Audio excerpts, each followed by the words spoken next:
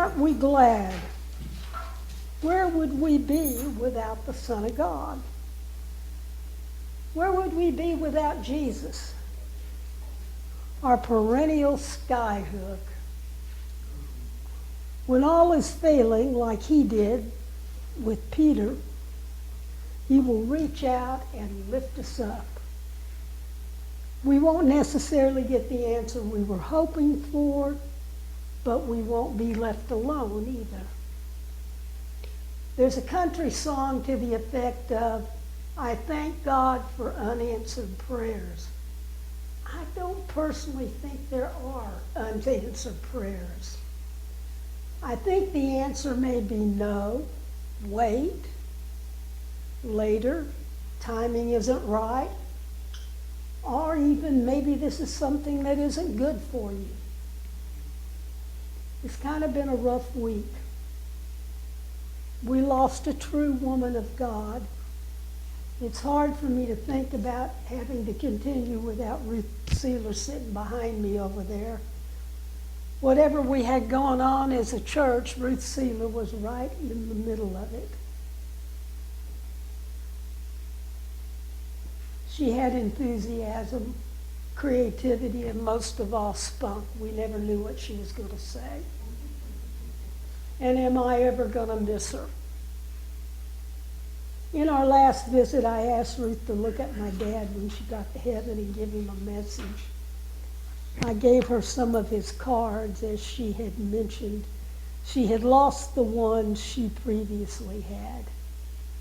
I doubt she took one with her, but you never know. Ruth might have figured out a way. She promised to give the message if she saw him. I told her he might be watching for her. I get the same rush when I'm about to share one of those cards that I got when I was about to place a person on a job, or I saw a house I knew I could sell when I was selling real estate, because I know I have the opportunity to share Jesus, and that excites me. You may remember I brought a button at one point called the Easy Button. It said that was easy, because that card is an easy way of sharing Jesus.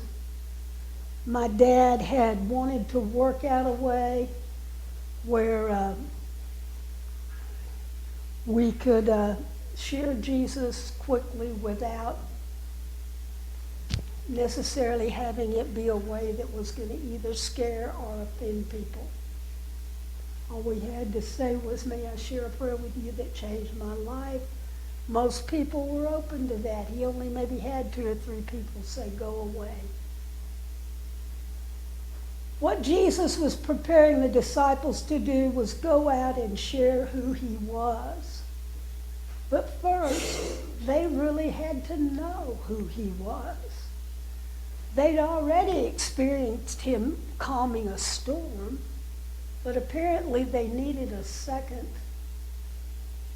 They needed a second experience with that.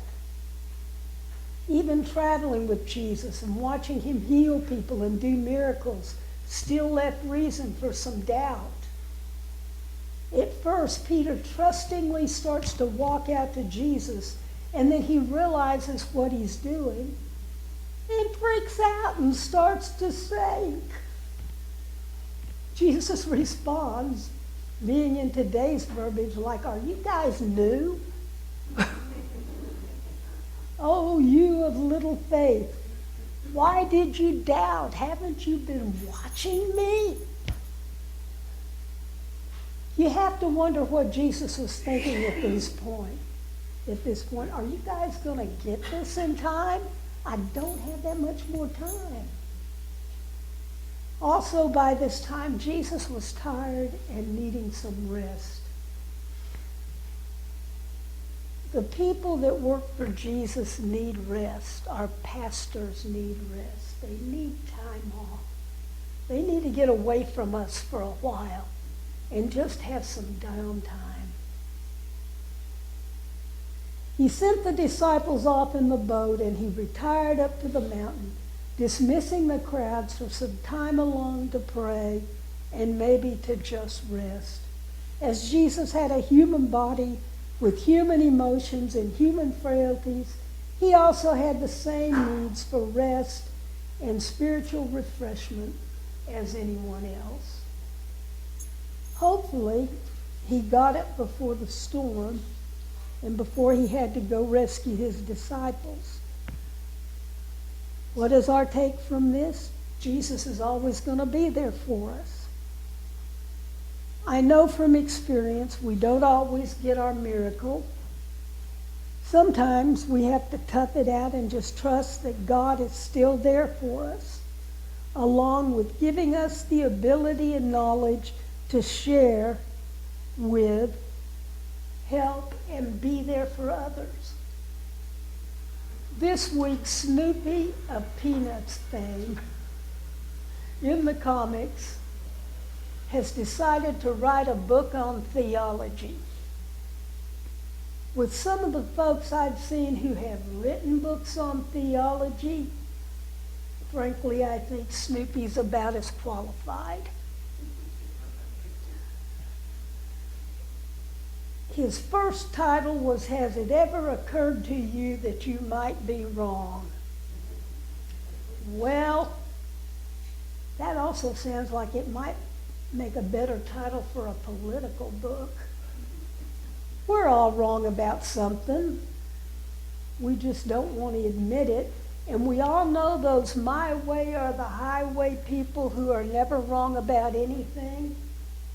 We have to look in the mirror and say, am I one of those? I want to end today with some words the pastor sent me this week from our Sundays and Seasons book. Elijah finds the presence of God not in the earthquake, wind, or fire, but in the sound of sheer silence. When the disciples face a great storm on the sea, they cry out with fear. Jesus says, "Take heart, it is I. Do not be afraid." Amid the storms of life, we gather to seek the calm presence of Christ that soothes our fears. In comforting words of Scripture and in the refreshing bread and cup of the Eucharist, God grants us peace and sends us forth to be a sign of God's presence to others. Thanks be to God.